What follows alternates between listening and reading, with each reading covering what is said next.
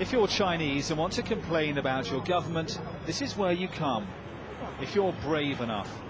The National Petitions Office is ringed by plainclothes police, and coming here isn't encouraged.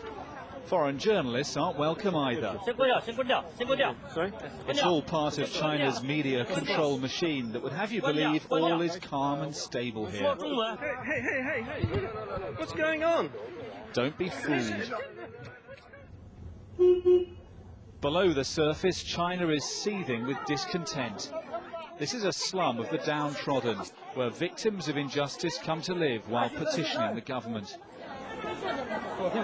We arrived unannounced, but within seconds were being mobbed by people desperate for our attention.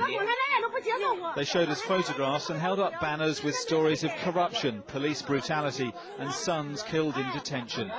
Crowding in, determined their voices were heard. One of the women pleaded with us to film her, saying she'd been beaten by police. These are very rare pictures in China. This kind of discontent is seldom filmed. We couldn't stay long. They said the police were coming.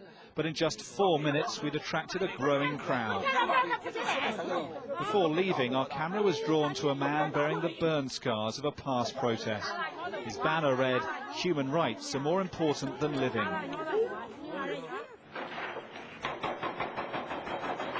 But this is what's causing the greatest anger.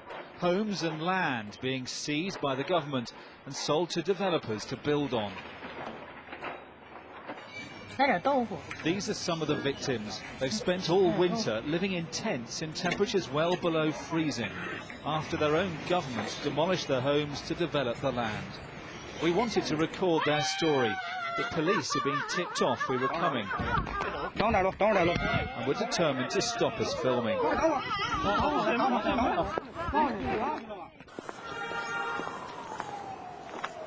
So we went back at night. This small tent is all Wan Baolong and his wife have left to live in. He told me how the government evicted him by force, so he set up camp where his house once stood. All he wants is enough compensation to buy a new home. It takes courage in China to talk to foreign journalists and criticize your own government like this. There's nothing we can do. Nothing. We went to the Chinese media, but they're too scared to report it. The government won't listen. They just bully the ordinary people.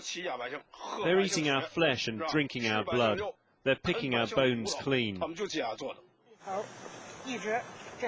Wang Shuiyi is another demolition victim. This is all that's left of the home she'd lived in since childhood. She's put up her tent where her living room was.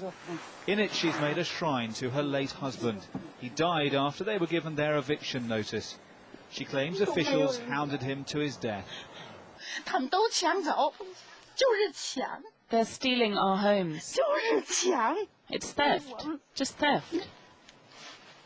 The poor have no human rights, no way of surviving.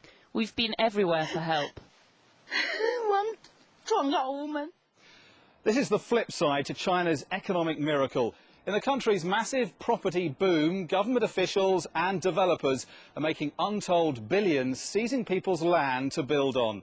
It's a land grab on an unprecedented scale, and the full force of the state is being used to crush any protest.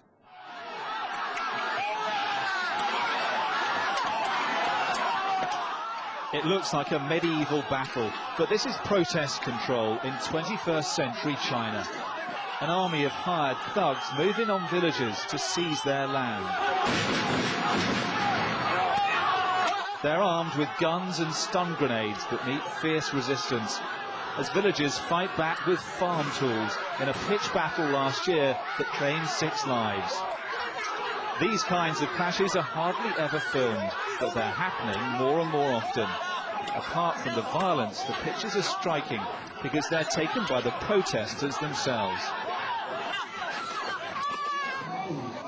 More and more people are filming what's happening to them. Here, neighbours secretly record the moment police drag an old man from his home.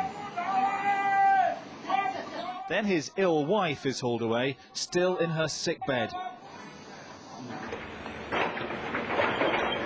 Minutes later, demolition teams move in to tear down their house for development.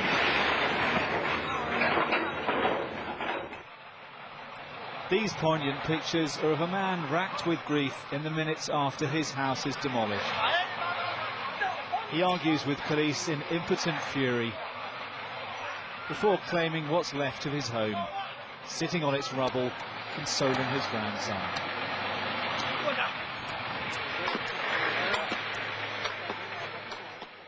We can only catch glimpses, but in booming China, there's an unequal struggle raging between the poor and the powerful that the government would prefer the world didn't see. Dominic Waghorn, Sky News, Beijing.